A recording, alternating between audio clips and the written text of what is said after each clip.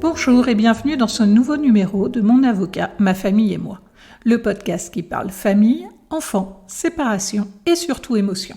Ces émotions qui nous submergent quand notre famille traverse des tempêtes. Dans cet épisode, nous allons aborder la question de l'autorité parentale par le prisme de la scolarité des enfants. La scolarité des enfants est souvent un point de conflit entre les parents, que ce soit sur la question de la transmission des informations, le choix de l'établissement scolaire ou les questions financières. Voyons d'abord l'autorité parentale par le prisme de la scolarité. Nous nous plaçons dans la situation de parents séparés. Par principe, lorsque les deux parents ont reconnu l'enfant dans sa première année de vie, l'autorité parentale est exercée conjointement par les deux parents, ce qui signifie que les parents ont les mêmes droits sur les enfants. On parle de coparentalité, ce qui signifie que toute décision prise pour un enfant suppose l'accord de l'autre parent. En pratique, pour les décisions courantes, on considère que l'accord est tacite, ce qui signifie que l'on part du principe que vous avez l'accord de l'autre parent, sans que vous ayez besoin d'en justifier. Pour les décisions importantes, l'accord express des deux parents est nécessaire. Mais alors, sachant qu'il n'existe aucune liste, quelles sont les décisions courantes et celles considérées comme importantes en matière de scolarité? Tout d'abord, il est important de rappeler que l'école doit rester un lieu neutre et sécure pour les enfants. Il est indispensable que les conflits parentaux restent à l'extérieur de l'école. Les établissements scolaires doivent rester neutres et ne peuvent donc pas prendre parti pour l'un ou pour l'autre des parents. En cas de conflit important, il peut être nécessaire de transmettre la copie de son jugement à l'établissement scolaire pour la partie relative à l'autorité parentale, ainsi qu'au droit de visite et d'hébergement des parents, afin que l'établissement sache qui est en droit de venir chercher l'enfant. Attention, en l'absence de jugement ou d'accord amiable homologué par le juge, les parents ont les mêmes droits sur l'enfant, ce qui signifie que l'établissement ne pourra pas s'opposer à ce que l'autre parent vienne chercher l'enfant, même si vous avez indiqué votre désaccord.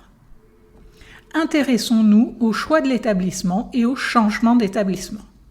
L'inscription ou la réinscription dans un même établissement scolaire ou dans un établissement similaire sont considérés comme des actes usuels, ce qui signifie que l'accord de l'autre parent est présumé et que vous n'avez donc pas à en justifier auprès de l'établissement. Il en va de même pour la radiation, ce qui signifie qu'un certificat de radiation peut être délivré à la demande d'un parent sans l'accord de l'autre. Attention, si l'autre parent exprime son désaccord et en informe l'école, l'établissement ne pourra pas radier l'enfant. L'autre parent devra donc saisir le juge aux affaires familiales pour qu'il tranche. En pratique, compte tenu des délais actuels pour saisir le juge, cela doit rester le dernier recours. Et il est préférable de tenter une négociation amiable permettant de parvenir à un accord qui pourrait être revêtu de la formule exécutoire, donc avoir valeur de jugement, s'il est rédigé par des avocats. Par contre, inscrire un enfant dans un établissement qui n'est pas similaire, par exemple passer d'un établissement public à un établissement privé, n'est pas un acte usuel et nécessite donc l'accord express des deux parents. En tout état de cause, l'établissement scolaire doit toujours solliciter la communication des coordonnées des deux parents. Intéressons-nous au thème de l'orientation et de la vie scolaire. Les absences scolaires brèves et ponctuelles sont des actes usuels qui n'ont pas à être portés à la connaissance de l'autre parent par l'établissement. Il en va différemment en cas d'absentéisme chronique. Les décisions relatives à la vie scolaire, les inscriptions à la cantine, aux activités périscolaires, le soutien scolaire, l'étude, la garderie sont des actes usuels qui peuvent être pris par un seul des parents. Pour les voyages scolaires, l'autorisation d'un seul parent est nécessaire. Attention, en cas de voyage scolaire à l'étranger, donc avec sortie du territoire français, l'autorisation de sortie du territoire doit être signée par les deux parents. Dans tous les cas, en cas de sortie scolaire, l'information doit être donnée aux deux parents par l'établissement. Concernant l'orientation scolaire de l'enfant, à partir du moment où la décision qui doit être prise implique une modification du déroulé de la scolarité de l'enfant, redoublement, saut de classe ou une réorientation, il s'agit de décisions qui nécessitent l'accord express des deux parents. En cas de désaccord, il faudra donc saisir le juge aux affaires familiales ou négocier amiablement. Les bulletins scolaires doivent obligatoirement être adressés aux deux parents titulaires de l'autorité parentale, ce qui signifie qu'en cas d'autorité parentale exercée par un seul des parents, par décision judiciaire, le parent qui n'est pas titulaire de l'autorité parentale ne peut pas exiger auprès de l'établissement scolaire que les bulletins lui soient communiqués. Qu'en est-il maintenant des frais de scolarité ?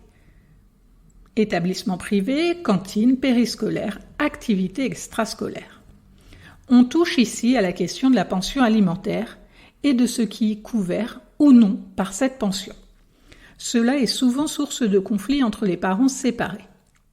Sont considérés comme faisant partie des catégories couvertes par la pension alimentaire les frais engagés pour la nourriture, le logement, l'habillement, les meubles, le transport, les loisirs, les frais de cantine scolaire.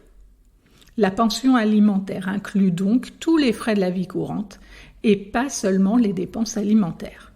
Dans notre cas, les frais de cantine et de périscolaire sont couverts par la pension alimentaire versée par l'autre parent. Mais alors, quels sont les frais non compris dans la pension alimentaire ?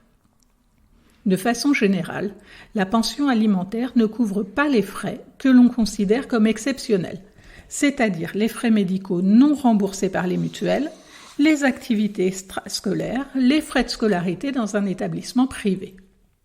Dans le cas des frais exceptionnels, ils sont partagés entre les parents selon les modalités précisées au jugement ou dans l'accord amiable homologué. Ça peut être à 50-50, à 70-30 ou toute autre répartition convenue. Attention, le partage des frais exceptionnels ne peut être exigé que si vous avez obtenu l'accord préalable de l'autre parent, avant l'engagement de la dépense. En cas de conflit, il est donc important d'obtenir l'accord écrit de l'autre parent, par exemple par email ou SMS, afin d'éviter toute discussion. Si vous n'obtenez pas l'accord de l'autre parent, vous ne pourrez pas exiger qu'il participe aux frais, qui resteront donc à votre charge exclusive.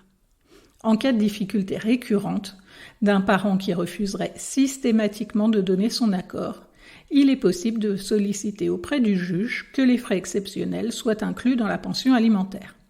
Dans ce cas, il décidera donc d'une pension alimentaire plus importante pour couvrir les frais exceptionnels. Mais alors, qu'en est-il de la prime de rentrée scolaire ? L'allocation de rentrée scolaire est versée à celui qui a la garde des enfants. En cas de résidence principale fixée chez l'un des parents, il n'y a donc pas de difficulté. Les problèmes apparaissent en cas de résidence alternée, car l'allocation de rentrée scolaire est versée à un seul des deux parents. Elle ne peut pas être partagée. Cette allocation devra être partagée entre les deux parents s'ils participent tous les deux à l'achat des fournitures scolaires. La CAF précise qu'il s'agit d'un engagement moral de reverser à l'autre parent. Si l'un des parents, le plus souvent celui qui reçoit l'allocation, se charge seul d'acheter les fournitures scolaires, il n'a pas à reverser à l'autre parent la moitié de l'allocation de rentrée. Mais il devra la déduire des sommes qu'il sollicitera auprès de l'autre parent pour le partage des frais. Voilà, j'espère que cet épisode vous a permis de comprendre comment articuler les questions d'autorité parentale et de scolarité. Si cet épisode vous a plu, n'hésitez pas à en parler autour de vous et à me mettre une très bonne note sur les plateformes d'écoute afin que d'autres personnes puissent découvrir ce podcast.